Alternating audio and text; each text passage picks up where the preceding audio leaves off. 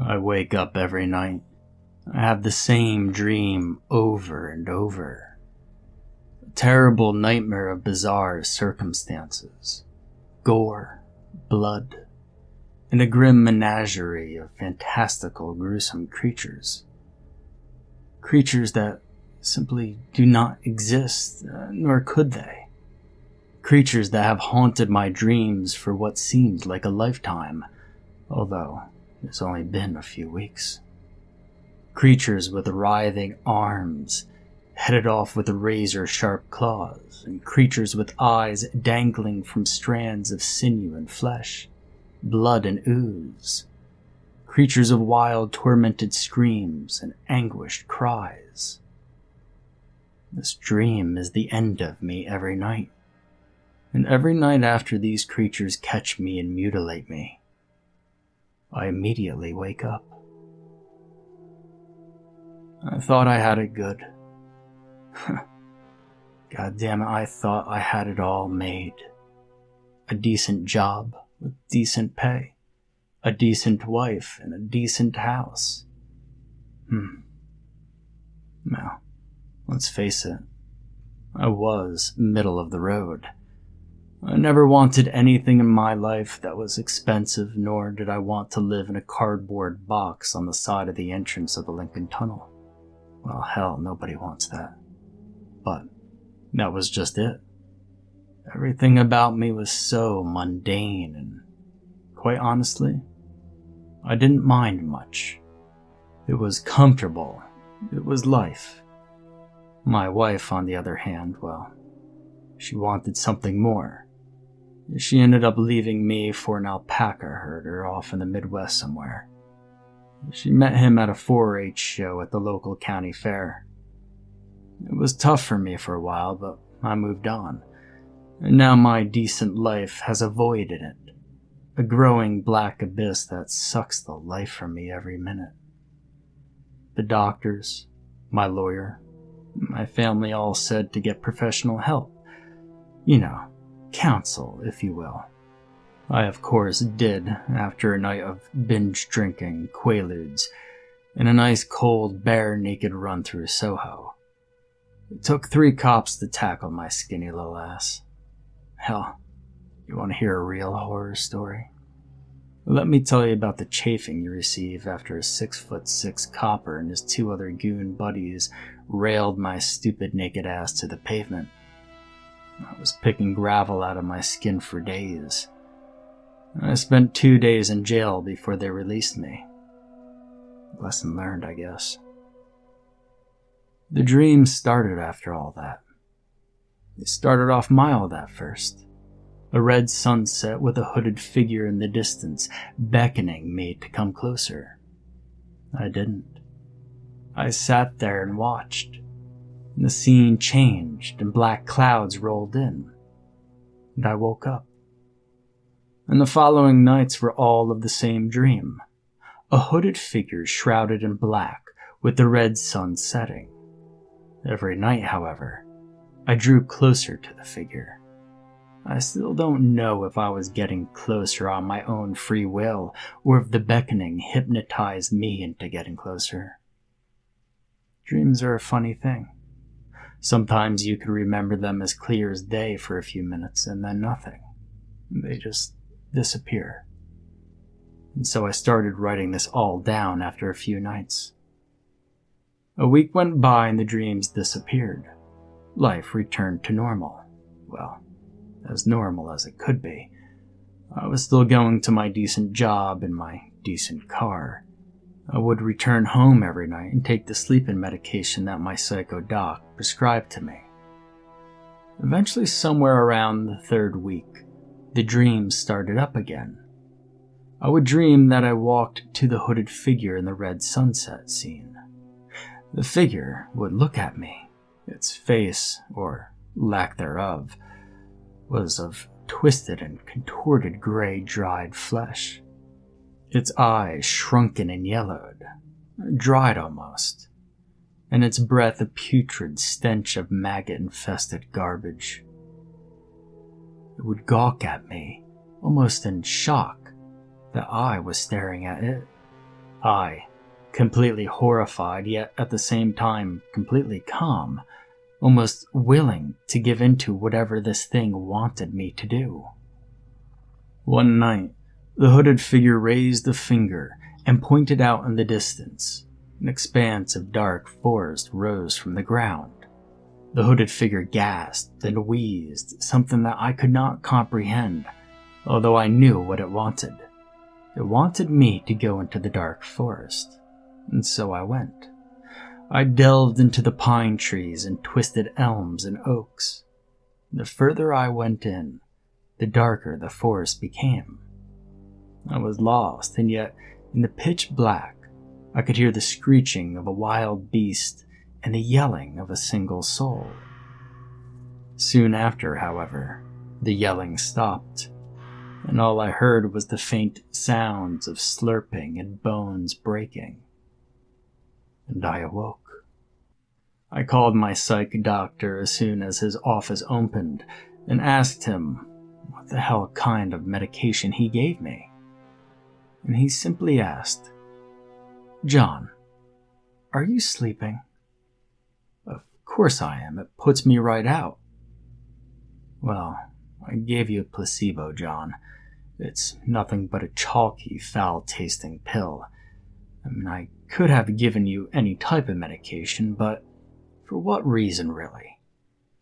You're just going through some hard times. I just didn't really see the need for it." I told him, "I'm having the strangest dreams, though." "John, sometimes when we're a bit stressed out, things change and alter our perceptions, our consciousness and subconsciousness. It seems to be your mind's way of dealing with all the stress of your divorce and your everyday life." I hung up the phone. That entire day I mentally prepared myself and considered the actions I would take in my dreams. I would try to be more aware of my surroundings. I would try to run, scream, jump, and be more mobile. And that night, it worked. I fell asleep. I ran to the hooded, foul beef jerky-looking figure. He pointed and I ran into the forest. I ran deep into the woods, and the further I went, the darker it became. I heard the footfalls of beasts and the screams and yells of tortured souls all around me, and I continued running. I had no idea why. I had no idea what I was doing. And the shroud of darkness eventually gave way, and I stumbled upon some gnarled roots and fell into a thorny thicket. And there I laid, covered in pinpricks and cuts of razor-sharp thorns. I laid there bleeding. Complete mess. A wild beast with matted fur, devil horns, finally came across my broken shell of a body, and it immediately started gorging itself on my intestines. The pain was so real. And I woke. The same dream nightly. The same dream, but with different outcomes. Sometimes it wasn't the beast that gorged on my innards. Sometimes I would fall from the gnarled roots into a pit of outreaching arms, and they would tear me to pieces. Sometimes I would be hunted in that forest by different means of creatures. Enormous ants that stood like humans. They would catch me and start gnawing on my neck with their slimy, hairy mandibles. But that wasn't the worst part. It was the mites that lived on those ants. The mites would bury under my skin as the ant soldiers held me down. And some other times, I would make it down that infernal pit. I would crush into the ground, broken, but still very much aware of what was going on around me. And there would be skeletons and corpses in various states of decay. Some had mold on them, and some had been there for ages. But I would always wake up. I would always wake up, take a shower, and go to work like nothing had ever happened. The daily monotony of my workday let my mind race and wander as to what these dreams could be. What did they mean? I obsessed over the dreams, and I would write down every dream and make a note on how far I could go. What was killing me? Who was the hooded figure, and what was his message? What did he want me to do? I then would leave work, go home, eat, and of course, just like every night, I would fall asleep at the same time, knowing that my nightmares awaited my arrival. I did this for weeks. Finally, my work started to suffer, and my boss noticed my lack of commitment. He said that I would just sit at my desk writing notes, but never answering phones or even turning on my computer. On the last day, he came to my desk, picked up my notepad, and looked at it. He asked me, "John, is this a treasure map of sorts?" And I just sat there. I knew that it would be impossible to try to explain to him about my dreams and the map I was drawing. As he looked it over, his face became confused. "John, there are hundreds of lines here. Why do all your lines end in a question mark?" And I decided just to tell him, "Well, that's all the places I died." He took me into his office and immediately released me from my job duties. Before I went to sleep that night, I decided to record myself. And that night I had the most vivid nightmare. The red sunset, the hooded figure pointing to the dark forest.